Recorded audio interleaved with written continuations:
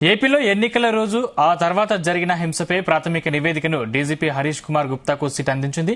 Polling రోజు 33 హింసాత్మక ఘటనలు జరిగినట్లు ప్రత్యేక విచారణ బృందం గుర్తించింది. అల్లర్లపై 2 రోజుల పాటు అధికారులు విచారణ చేపట్టారు. అల్లర్లు జరిగిన ప్రాంతాలకు వెళ్లి స్థానిక పోలీసులు, నేతలు, వివిధ వర్గాల ప్రజల నుంచి సమాచారం సేకరించారు. హింసాత్మక ఘటనలపై నమోదైన ఎఫ్ఐఆర్లను సిట్ అధికారులు పరిశీలించారు. ఆదివారం అర్ధరాత్రి వరకు ప్రత్యేక విచారణ బృందం దర్యాప్తు కొనసాగింది. ఈ అంశాలన్నింటిపై ప్రాథమిక నివేదికను రూపొందించి డీజీపీకి అందించారు సిట్ అధికారులు.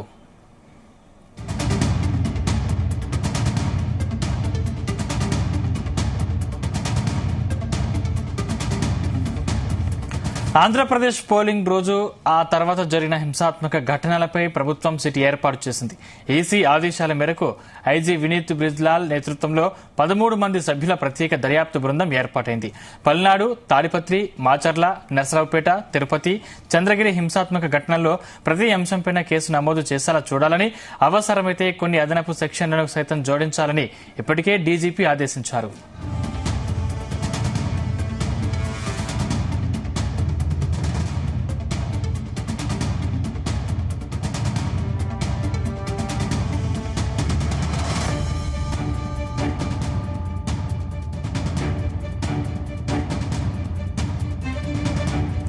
ఎన్నికల రోజు తర్వాత జరిగిన హింసాత్మక ఘటనలపై 150 పేజీలతో కూడిన నివేదికను డీజీపీకి అందించారు. పల్నాడు, తిరుపతి, అనంతపురం జిల్లాల్లో 33 ఘటనలు నమోదైనట్లు సిట్ తేల్చింది.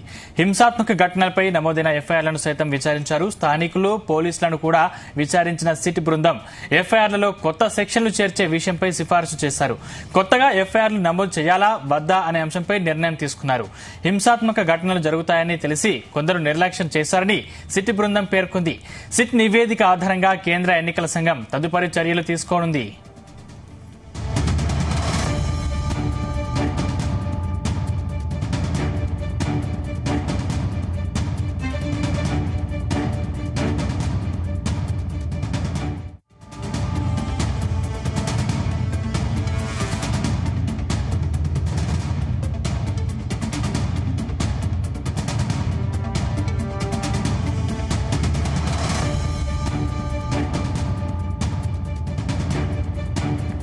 ఏపీలో ఎన్నికల రోజు ఆ తర్వాత జరిగిన హింసపై ప్రాథమిక నివేదికను డీజీపీ హరీష్ కుమార్ గుప్తాకు సిట్ అందించింది.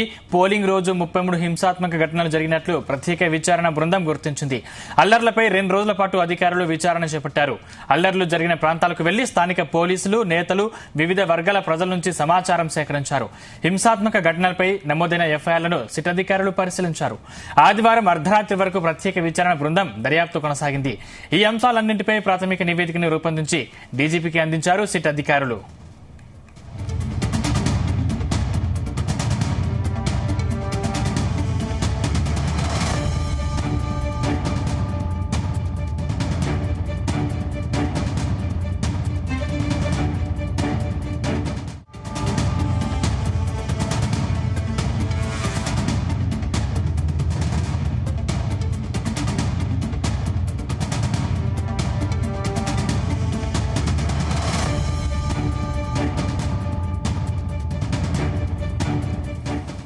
ఏపీలో ఎన్నికల రోజు ఆ తర్వాత జరిగిన హింసపై ప్రాథమిక నివేదికను డీజీపీ హరీష్ కుమార్ గుప్తాకు సిట్ అందించింది. పోలింగ్ రోజు 33 హింసాత్మక ఘటనలు జరిగినట్లు ప్రత్యేక విచారణ బృందం గుర్తించింది. ఇదే అంశానికి సంబంధించిన మరిన్ని పూర్తి డీటెయిల్స్ మా ప్రతినిధి నాగేశ్వరరావు అందిస్తారు. నాగేశ్వరరావు. సందీప్, ఆంధ్రప్రదేశ్ రాష్ట్రంలో ఎన్నికలకు ముందు గానీ ఎన్నికల తర్వాత గానీ ప్రధానంగా చూసుకుంటే ఆ భయాందోళనలకు గురి చేసే విధంగా కూడా అల్లర్లు జరిగిన నేపథ్యంలో కూడా ఏదైతే కేంద్ర ఎన్నికల సంఘం ఏదవుతుందో ఈసీ దీని మీద ప్రత్యక్షంగా గానీ పరోక్షంగా గానీ ఆరోపణలు చేసింది. అయినా కూడా ఎవరూ స్పందించలేదు. ఆంధ్రప్రదేశ్ వ్యాప్తంగా గానీ దీని పట్ల ఆగ్రహం వ్యక్తం చేసి ఏదైతే రాష్ట్ర డీజీపీ గానీ ప్రభుత్వ ప్రధాన కార్యదర్శి గానీ ఇరువురిని కూడా ఇద్దరు కూడా నోటీసులు అందజేసింది. ప్రధానంగా ఆంధ్రప్రదేశ్ లో ఎందుకు గొడవలు జరుగుతున్నాయి, ఎందుకు అల్లర్లు జరుగుతున్నాయి, దీనికి సంబంధించి అధికారుల లోపం ఉందా, ప్రజలు ఎందుకు అల్లర్లు సృష్టించే విధంగా ప్రయత్నిస్తున్నప్పుడు అధికారులు ఎందుకు కంట్రోల్ చేయలేకపోతున్నారంటూ ఉత్తర్వులు జారీ చేసింది. ఈ నేపథ్యంలో రాష్ట్ర డీజీపీ గానీ ప్రభుత్వ ప్రధాన కార్యదర్శి గానీ ఇరువురు కూడా కేంద్ర ఎన్నికల సంఘానికి నివేదిక సమర్పించారు. నివేదిక సమర్పించిన నేపథ్యంలో కూడా ముగ్గురు ఐపీఎస్లు గానీ ఇద్దరు ఐఏఎస్లు గానీ ట్రాన్స్ఫర్ చేస్తూ 3 ఐపీఎస్ సస్పెండ్ చేస్తూ కూడా ఉత్తర్వులు జారీ చేసింది. ఈ నేపథ్యంలోనే అసలు ఆంధ్రప్రదేశ్ లో ఏం జరుగుతుంది అన్న కోణంలో ప్రధానంగా సిట్టును ఏర్పాటు చేసి సిట్టు ద్వారా సమగ్ర నివేదిక ఇవ్వాలని చెప్పేసి కూడా ఈసీకి ఆదేశాలు జారీ చేసింది. ఈ నేపథ్యంలో ఆంధ్రప్రదేశ్ ఈసీకి సంబంధించి మీనా కుమార్ కూడా ఆంధ్రప్రదేశ్ డీజీపీని గాని ప్రభుత్వ ప్రధాన కార్యదర్శిని గాని ఆదేశాలు జారీ చేశారు. ఈ నేపథ్యంలో సిట్ ఏర్పాటు చేసి అనంతపురం గాని తిరుపతి గాని పల్నాడు జిల్లాను గాని 3 జిల్లాలకు సంబంధించి కూడా ప్రధానంగా ఈ విచారణ చేపట్టారు. విచారణ చేపట్టిన సందర్భంలోనే కూడా ప్రతి పోలీస్ స్టేషన్ పరిధిలో కూడా 100 కేసులు పైగా కేసులు నమోదు చేశారు.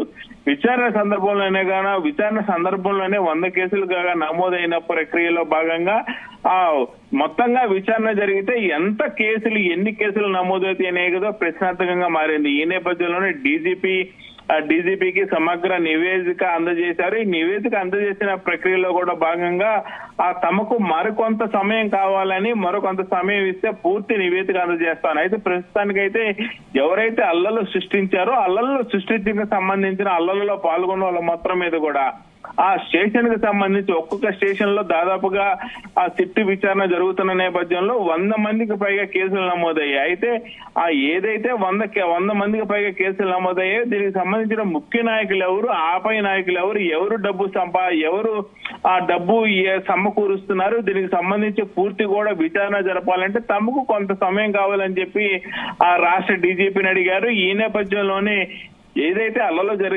జరిగే క్రమంలో ఏ పార్టీకి సంబంధించిన నాయకులకి అధికారులు వంత పాడారు, ఏ అధికారులకు సంబంధించి అధికారులు వంత పాడకుండా ఇబ్బంది పెట్టారనేది కూడా పూర్తిగా సిట్టు నివేదిక అందజేసింది. ఈ నివేదిక అందజేసిన నేపథ్యంలో పలువురు అధికారులు గాని పలువురు ప్రజాప్రతినిధులు గాని పూర్తిగా ఇబ్బందికర పరిస్థితి ఏర్పడింది. ఈ ఇబ్బందికర పరిస్థితి ఏర్పడిన నేపథ్యంలో ఆ రాష్ట్ర డీజీపీకి కొంత నివేదిక అందింది. ఈ నివేదిక ఏదైతే కేంద్ర ఎన్నికల సంఘం ఈసీఈ ఉందో ఈసీఈకి సంబంధించి కేంద్ర ఎన్నికల సంఘానికి వెళ్లే ప్రక్రియలో పలువురు కూడా ఆంధ్రప్రదేశ్ లో భయభ్రాంతులకు గురయ్యే పరిస్థితి ఏర్పడింది.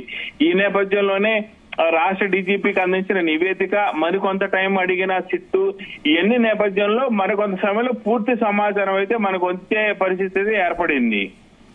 నాగేశ్వరరావు, అంటే వీరిపై ఎటువంటి యాక్షన్ తీసుకునే అవకాశం ఉంది?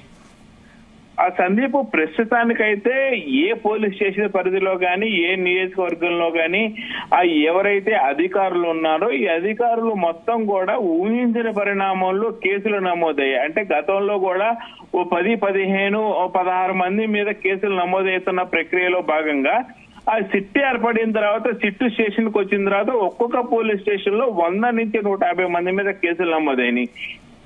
ఈ 100 నుంచి 150 మంది మీద కేసులు నమోదైన ప్రక్రియలో గతంలో ఎవరైతే 16 మంది మీద 15 మంది మీద కేసు నమోదైందో వీళ్ళందరి మీద ఏదైతే 2 సెక్షన్ల నుంచి 3 సెక్షన్ల కేసులు నమోదు చేశారో దాన్ని ఇప్పుడు పూర్తి స్థాయిలో కూడా 5-6 సెక్షన్ల కింద బలమైన కేసులు నమోదు చేశారు. ఈ బలమైన కేసులు నమోదు చేసిన నేపథ్యంలో ఒక్కసారిగా ఎవరైతే పల్నాడు నియోజకవర్గం వ్యాప్తంగా అంటే పల్నాడు జిల్లా వ్యాప్తంగా గానీ అనంతపురం గానీ చిత్తూరు గానీ ప్రధానంగా చూసుకుంటే ఏదైతే కేసులు నమోదైనా వీళ్ళందరూ కూడా అవాక్కైన పరిస్థితి ఏర్పడింది. అంటే ఫ్యాక్షన్ పురువిచ్చుకుంటుంది. ఫ్యాక్షన్ విచ్చుకుంటున్న నేపథ్యంలో ఎట్టి పరిస్థితుల్లో కూడా ఆ ఫ్యాక్షన్ అనేది పురువిచ్చుకోకూడదని చెప్పేసి కేంద్ర ఎన్నికల సంఘం ఆదేశించింది. ఈ ఆదేశించిన నేపథ్యంలో పూర్తి స్థాయిలో ఎక్కడైతే అంటే గత ఎన్నికల్లో 2019 గానీ 2014 ఎన్నికల్లో గానీ పూర్తిగా చూసుకుంటే పల్నాడు జిల్లాలో గానీ అలాగే రాయలసీమ వ్యాప్తంగా కూడా ఎక్కడ గొడవలు జరగకుండా ఎలాంటి అవాంఛనీయ సంఘటనలు జరగకుండా పూర్తి స్థాయిలో ఎన్నికలు ప్రశాంతంగా జరిగింది. కానీ 2024 ఎన్నికల్లో జరిగిన నేపథ్యంలో భయంకరమైన అంటే దాదాపుగా ప్రజలు కూడా భయపడే అంత రీతిలో అంటే ఇప్పటికి కూడా పల్నాడు జిల్లాలో పలు నియోజకవర్గాల్లో ప్రధాన కూడళ్లలో 144 సెక్షన్ ఏర్పడింది. 144 సెక్షన్ ఏర్పడిన నేపథ్యంలో ఎవరు కూడా బయటికి వెళ్లే పరిస్థితి లేదు. వ్యాపార కూడల్లో కూడా వ్యాపార సంస్థలు తెలుసుకునే పరిస్థితి లేదు. ఇవన్నీ కూడా అంటే గతంతో పోలిస్తే ఎన్ని కేసులు ఎప్పుడైనా నమోదయ్యా లేకపోతే ఇంత పొద్దులో కేసులు నమోదవడం ఇదే తొలిసారా? దాదాపుగా గత 20 సంవత్సరాల క్రితం పోల్చుకుంటే ఏదైతే అక్షరాస్యత పూర్తి స్థాయిలో నమోదవకముంది అక్షరాస్యత 30 నుంచి 40% అక్షరాస్యత నమోదయ్యే మూవ్మెంట్లలో ఏదైతే పల్నాడు జిల్లా గానీ అలాగే రాయలసీమ ప్రాంతంలో గానీ ఇలాంటి కేసులు నమోదయ్యాయి. అప్పుడు కూడా ఇలాంటి కేసులు కూడా ఆ 1 నుంచి 15-16 మంది వ్యక్తుల మీద కేసులు నమోదయ్యే పరిస్థితి ఉంది. అంటే ఇలాంటి అక్షరాస్యత నిర్మూలనలో భాగంగా పలు సంఘాలు గాని ప్రభుత్వం గాని పలు వాణిజ్య ప్రకటనల ద్వారా గాని అక్షరాస్యతను నిర్మూలించాలని చెప్పేసి ఆ ప్రయత్నం చేసిన తర్వాత 2009, 2014, 2019, 2024 ఈ 3 ప్రక్రియలు చూసుకుంటే 2009 నుంచి 2024 దాకా కూడా ఎక్కడా కూడా అవాంఛనీయ సంఘటనలు కానీ ఏమి చోటు చేసుకోలేదు. కానీ 2024లో మళ్ళీ ఏదైతే 2009కు ముందు జరిగిన గొడవలు కానీ సంఘటనలు కానీ మళ్ళా పునరావృతమైనవి. ఈ పునరావృతమైన నేపథ్యంలో మరలా వీటిని కట్టడి చేయాలనే ఉద్దేశంతో రాష్ట్ర ఎన్నికల సంఘాన్ని పరిధి దాటి ఏదైతే కేంద్ర ఎన్నికల సంఘం పరిధిలోకి వెళ్ళింది. కేంద్ర ఎన్నికల సంఘం దీని మీద పూర్తిగా దృష్టి సారించి